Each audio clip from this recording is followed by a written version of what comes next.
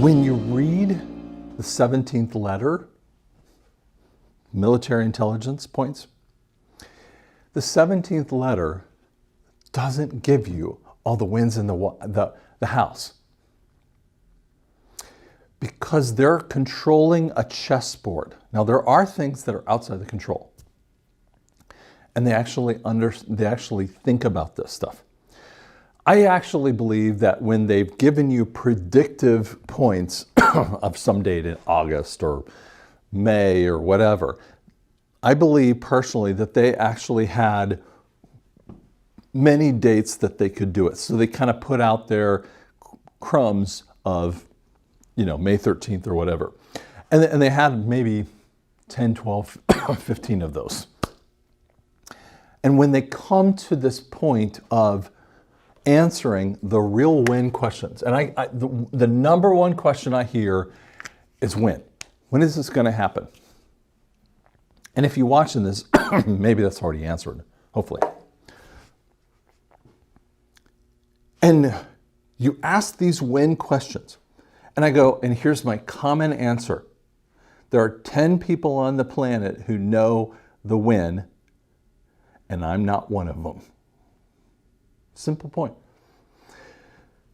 But even those guys have to come, when they come up to a potential time frame, they're asking just what NASA does. NASA actually asks the question. I know a lot of you have, there's a lot of controversy about NASA, and I don't want to get into the controversy of it because some of it I agree, okay? But here's what I want you to understand that happens. There's a group of people that are stuck in different areas of technology around the one person who's making the decision. Now, she is the flight director. And so she's saying to each one of these, go or no go. Okay? So she's saying go or no go. And if it's go, go, go, go, and she comes to this one and he goes no go, she's like, well, why? And he might say something kind of silly. She's like, no, can you fix that in flight or not? And he goes, well, yes. Then go. I mean, and that's where you get all kinds of interesting opinion points, right? But if you come up to the next one, let's say she answers that and she comes to this one and they go no go, and we really undercalculated the amount of fuel we needed for the thrust points, whatever that is. And she's like, whoa. Do we have a leakage? Yes, we think we have a leakage. Well, we really got a big job ahead of us, right? So they basically scrub the launch. That's how that stuff works. I've had a lot of friends who are in aerospace industry. I have people around me, and so we've talked a lot about this because I'm so into space travel with this stuff too. And yet this is the go no go kind of thing. And when the 17th letter people, the military intel points, are asking these questions, you're trying to identify it from a go no go standard. But you really should be asking these questions here. You should be asking the who and the why. Now, by the way, the Bible talks about the who and the why. Yeah, I have it over here. So this is the DVD version. You can buy it from us if you want to buy it. Down the road, we will have these available for it. Right now, it's $100, but you can't get it on. You can email me and we can figure out a way to, mail it to you if you want to do that. And so you could pay it through the website if you wanted to. So we'll figure out something like that. But Hope in the Last Days series, a 12-part series, and this is where I talk about this a lot. We want to ask these when and how questions.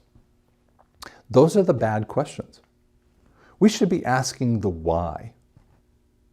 We should be asking the who, because it's so fascinating. I think that many of the guys that are on the 17th letter team, and there's, I don't know, however many guys are in that team, those dudes are doing the no-go. I mean, go, no-go kind of thing. But what they're doing is they're thinking on some of these issues to answer these questions. So they're thinking about the whys and the whos. Let me give you an example.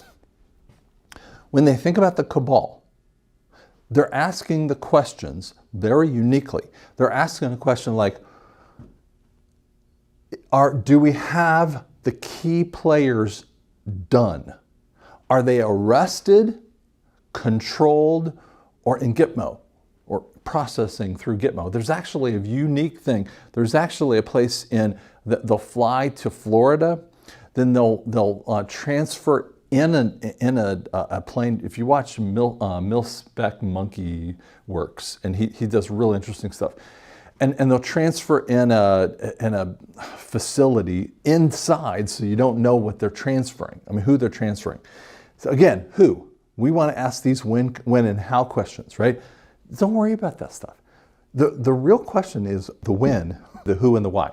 Now, when we think about the who and the why, these guys will transfer into Honduras, and that becomes maybe a beginning point of when they kind of do some of the arraignment. Now, it's not like other situations that you think of. It's a military level circumstance. That's why COVID was so powerful for what it's doing.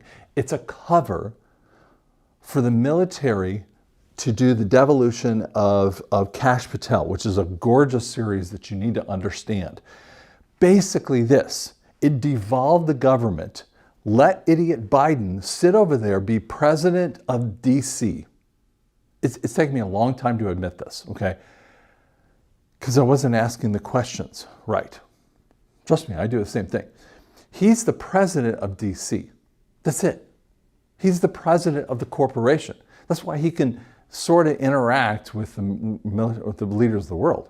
Now, what's happened in the past is when presidents like Bush or Clinton or Reagan or whatever, whoever good, bad, indifferent guy you like, he's operating as the corporation president and the constitutional president. So he's standing in two different kind of arenas dealing with both things. He's getting pulled by the Fed and the corporation, getting pulled by the people back and forth. And this is a struggle. And by the way, if you notice, why is it that presidents, when they get into office and then they come out of office, I mean, they look haggard and gray-haired. I mean, look at Clinton. He walks in and then when he goes out, because it takes a toll. And it's because these people have sold their soul. That's one of the reasons why you see the haggard nature of these presidents, because it really is an ugly process, okay? But we keep asking these other wrong questions again when we ask the who and the whys. This is the no-go conversation we should be looking at.